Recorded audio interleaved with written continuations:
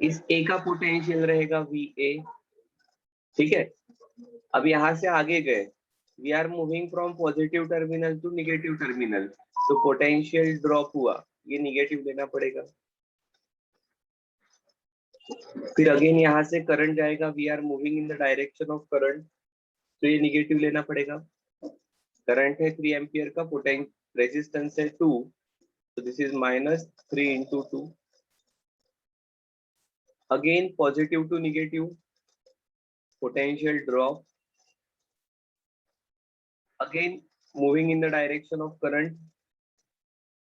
-2 into 3, again positive to negative potential drop, and again moving in the direction of current, और फिर यहाँ पर पहुंच गए पॉइंट बी। सो VA से इस प्रकार से पोटेंशियल चेंज होते होते होते फाइनली हम इस पॉइंट पर पहुंचे जहां पर पोटेंशियल रहेगा VB। क्या सही है क्या? एक ही पोटेंशियल से ये वाला पार्ट हटाया, फिर ये वाला पार्ट हटाया, फिर ये हटाया, फिर ये कम किया, फिर ये कम किया, फिर ये कम किया, तो जो बचेगा that will be potential of B. आपको potential difference between A B निकालना है, तो वो क्या आ जाएगा, देखो इसे सॉल्व कर लेते।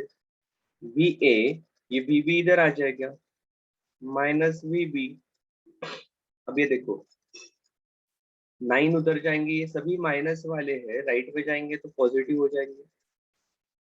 9 प्लस -9 उधर जाएंगे, +9 +8 +7, 3 2 जा 6 +6 +6 +6, तो ये हो गया 24 + 18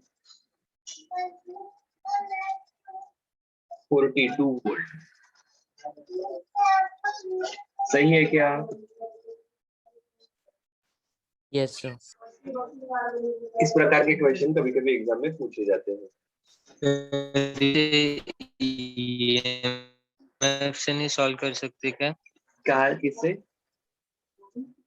EMF जो हमने सीरीज कॉम्बिनेशन वगैरह सीरीज कॉम्बिनेशन ऑफ कनेक्टेड है। सीरीज कॉम्बिनेशन ऑफ सही से सॉल्व कर सकते हैं, कोई प्रॉब्लम नहीं, ठीक है, तो भी चलेगा। देखो इनकी पोलैरिटी सेम है, तो पोटेंशियल ऐड हो गया। 987 इंटरनल रेजिस्टेंस सीरीज कॉम्बिनेशन में है, तो इंटरनल रेजिस्टेंस हो जाएगा 6 ओम, और करंट जा रहा है 3 एम्पियर का, उससे भी आ जाएगा। ये तो बेसिकली किरचॉफ्स लॉ अपने को अप्लाई करते आना चाहिए, इसके लिए है। चलो और एक क्वेश्चन कर लेते हैं।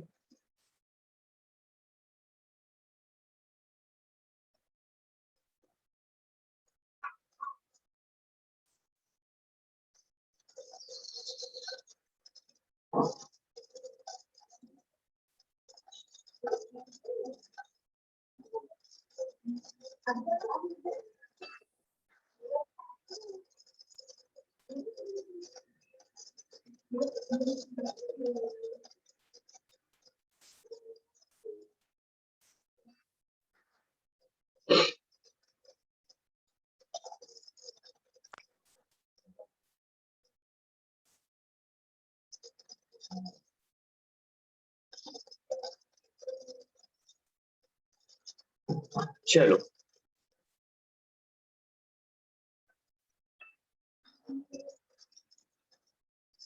फाइंड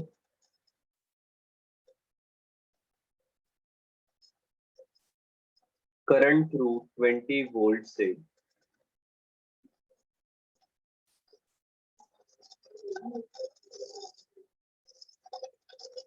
तो देखो यहां से आया I1, फिर जाएगा I2, इधर रहेगा I1 - I2, ठीक है। अब ये I2 घूमकर इधर आएगा, इधर आएगा, यहाँ पर आएगा, ऊपर से I1 - I2 आ गया, I1 - I2 + I2,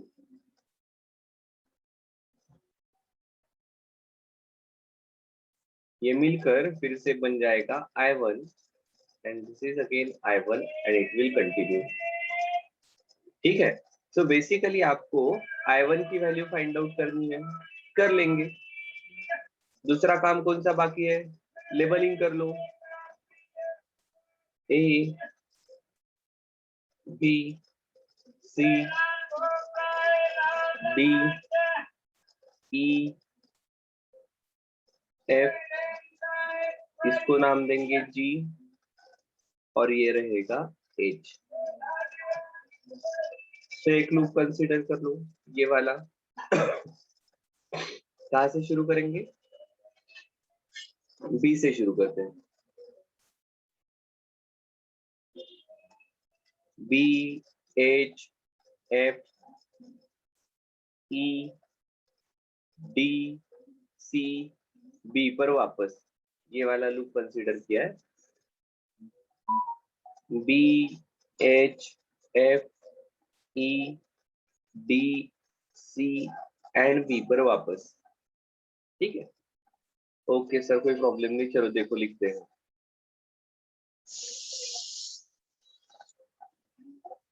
positive to negative, potential drop negative -16। अब देखो यही करंट की डायरेक्शन है, we are moving in current की डायरेक्शन, तो ये निगेटिव आ जाएगा -4 into I1 minus I2।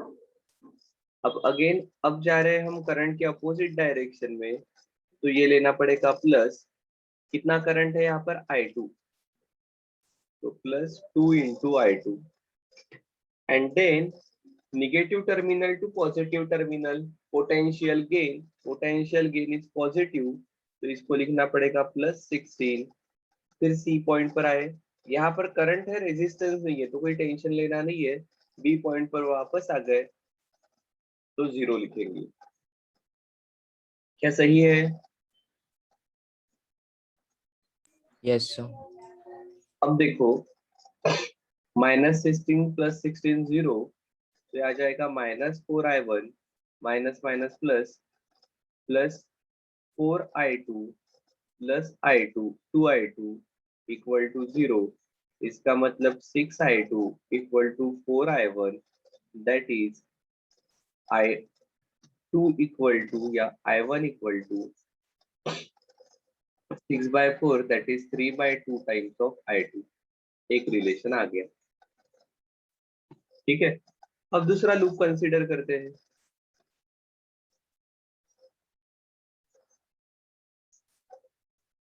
Sir हमेशा हम क्लॉकवाइज ही कहते हैं, कंसीडर करते आ रहे हैं, इस बार एंटी क्लॉकवाइज कंसीडर करेंगे सर। आप बोलो जहां से शुरू करना, ए से शुरू करना, ए से शुरू कर सकते, कोई प्रॉब्लम नहीं।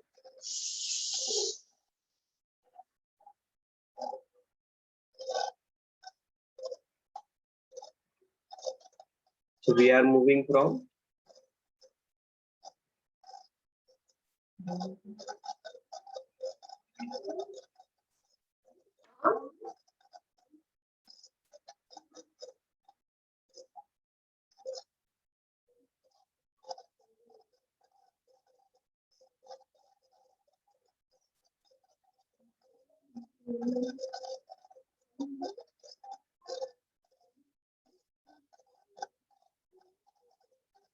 A B H F G A, यही रास्ता डिसाइड किया हमने, बढ़िया है, कोई प्रॉब्लम नहीं।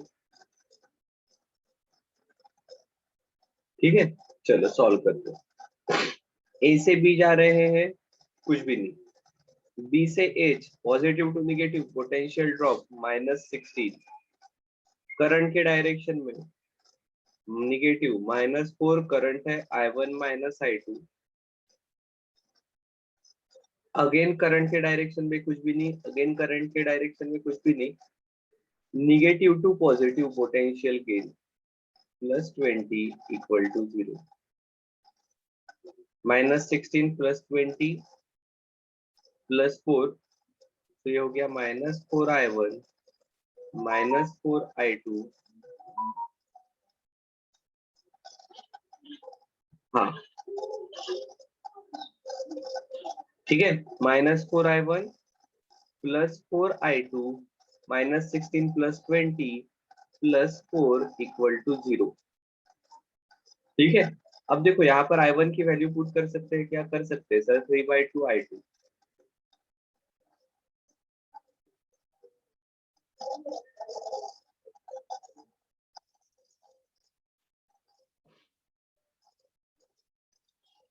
ठीक है, -2 × 3 -6I2 + 4I2, ये हो जाएगा -I2 -2I2 = 4।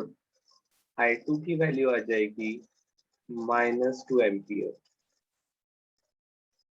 I2 अगर -2 आ गया तो I1 की वैल्यू आ जाएगी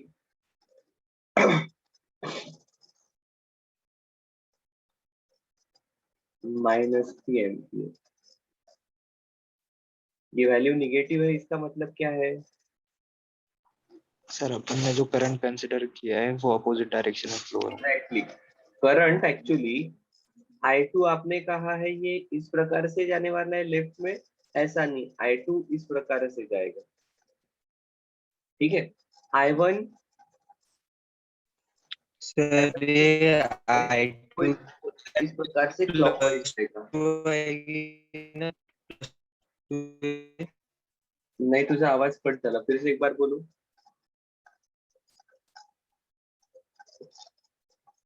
हेडफोन निकाल कर अगर बात कर सकते हो, हेडफोन हो गए तो वो निकाल कर एक बार बात करो, ये डायरेक्शन अपोजिट आ जाएगी। ओके, 2 एम्पियर आ रही है I2 की। यस सर, किती -4 यस हवं सर 2 येऊन राहिले. ओके, मायनस मायनस कट होईल सर. देखो -16 -4I1 -I2 + 20। Okay, -4I1 + 4I2, बहुत बढ़िया है, 4। ओके, फिर I1 की वैल्यू हमने पुट कर दी, I1 की वैल्यू 3/2 I2, 4/2 is 2, तो ये -6I2 हो गया, -6I2 + 4I2। ओके, ये 4 राइट में गए तो ये निगेटिव हो गए, हाँ।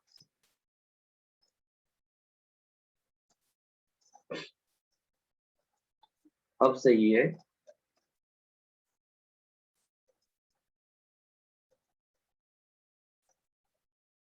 तो ये +2 आ गई, ये +2 आ गई, तो ये भी +3 आने वाली है।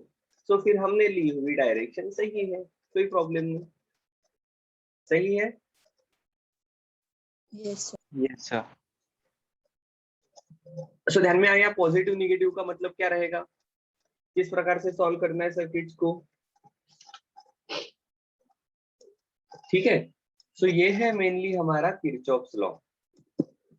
सिंपली 2 लॉ से हम यहाँ पर हमारे कैलकुलेशन करके करंट डिफरेंट ब्रांचेस में हम कैलकुलेट कर सकते हैं, which is not easily possible with हमारे series parallel combination of resistances. ठीक है क्या? अब देखो, the next device is metre bridge, या पहले तो व्हीटस्टोन ब्रिज पढ़ लेते हैं। देखो व्हीटस्टोन ब्रिज क्या होता है।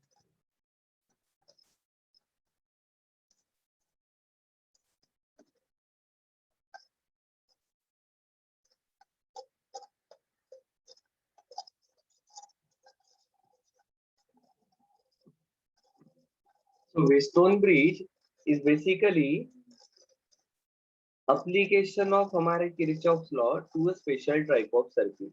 ये क्या कहते हैं, देखो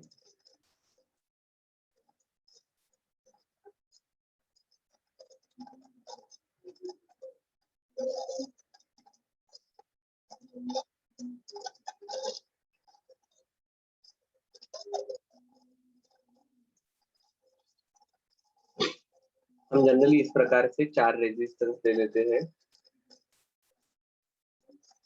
R1, R2, R3, R4, और इनके बीच में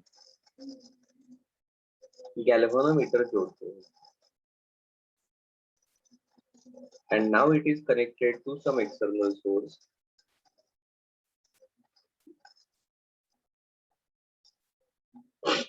तो देखो ये पॉजिटिव है, ये निगेटिव है, यहाँ से करंट फ्लो होगा,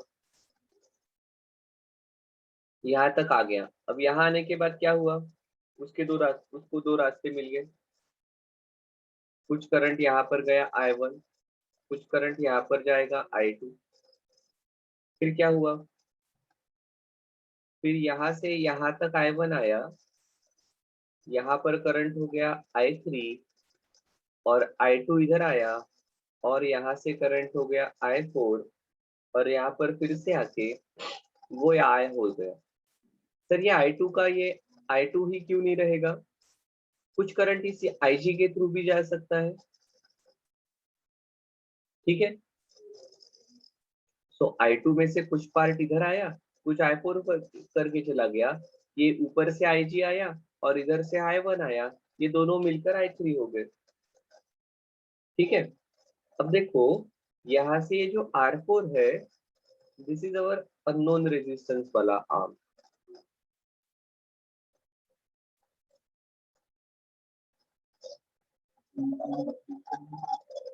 एंड R3 जो है इसे कहते हैं स्टैंडर्ड आर्म।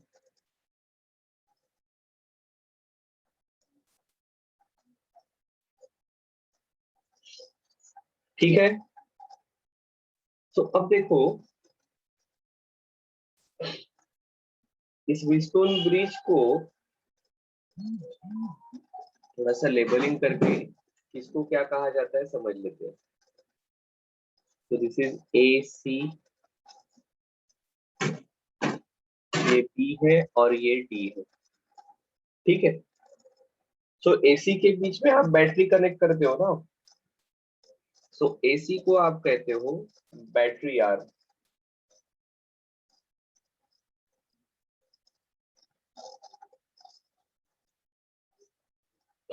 और दूसरा कौन है BD, सो BD को कहा जाएगा जिसके बीच में गैल्वेनोमीटर कनेक्ट किया है,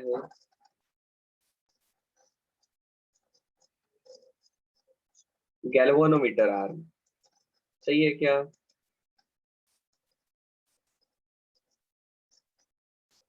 ये हो जाएगा गैल्वेनोमीटर आर्म।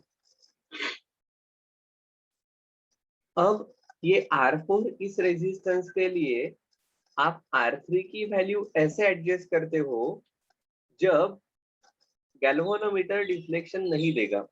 गैल्वेनोमीटर ने डिफ्लेक्शन नहीं दिया, इसका मतलब क्या है, करंट पास नहीं। करंट पास नहीं हो रहा है, करंट पास नहीं हो रहा है इसका मतलब क्या है, V and D are at same potential। क्या सही है, पोटेंशियल डिफरेंस से में तो करंट यहाँ पर जाएगा नहीं, यहाँ पर कुछ करंट गया नहीं, तो I2 के लिए सिर्फ एक ही रास्ता बचा, I2 equal to I4। Similarly इधर I1 आया, I1 के लिए एक ही रास्ता बचा, I1 इक्वल टू I3। क्या सही है क्या,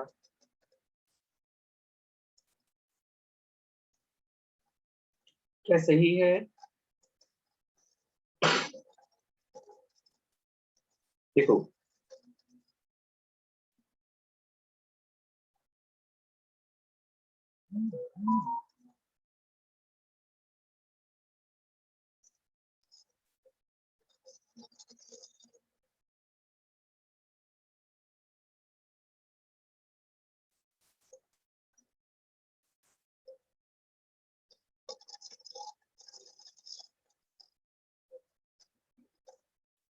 when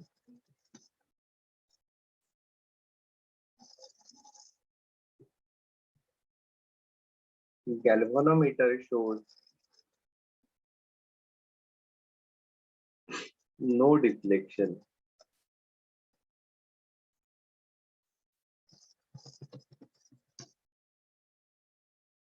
that is galvanometer current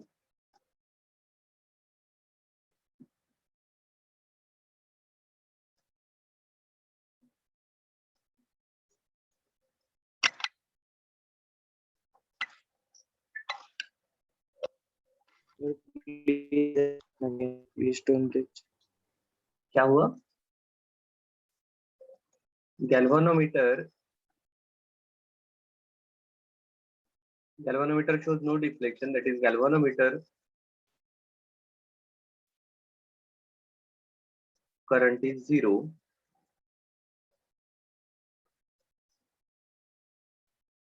इसका मतलब है therefore I2 equal to I4 and I1 equal to I3.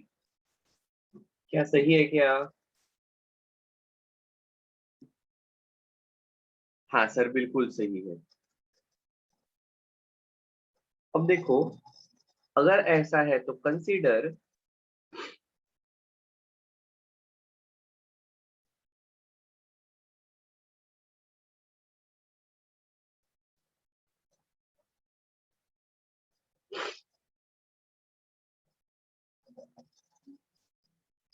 एक लूप कंसीडर करते हैं, ए बी डी और ए बी डी ए वाला लूप कंसीडर किया, ठीक है। अब देखो, मैं ए टू बी गया, कितना लिखना पड़ेगा? करंट के डायरेक्शन में माइनस I2 इंटू R2, ठीक है। बी टू डी आया, रेजिस्टेंस ही नहीं तो कोई टेंशन की बात नहीं। And now I am moving in opposite direction, तो यह आ जाएगा प्लस I1 इंटू R1, ए पर वापस आ गया इक्वल टू 0, इसके बीच में सेल ही नहीं है, ठीक है। सो यह आ जाएगा I1 R1 equal to I2 R2, right में आ गए तो पॉजिटिव, सो R1 अपॉन R2 आ गए I2 upon I1. Similarly, consider loop BCDB. ठीक है, देखो मैं BCDB के बारे में बात करता हूँ। B2C आया, करंट के डायरेक्शन में negative, I4 R4,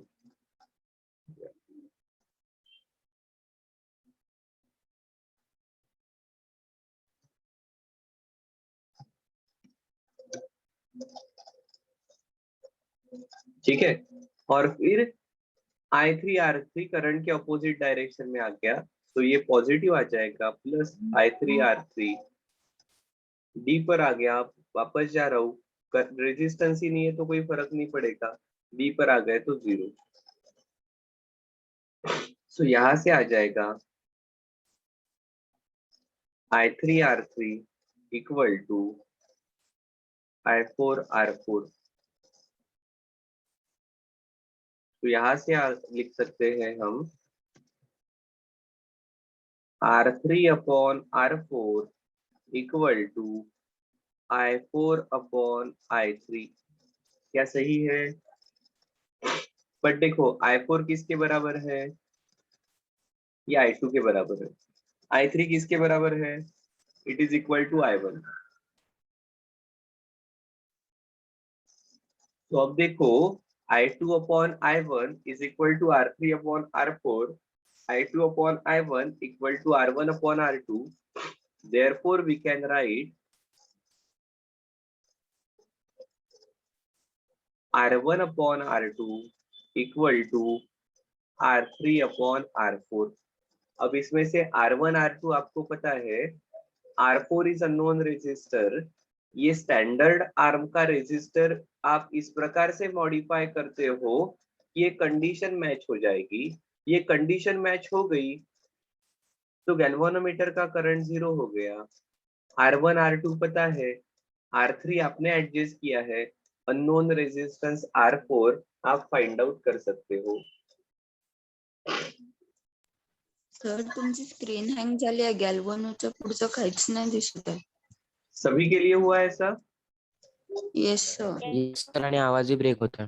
okay, just एक मिनिट रुको।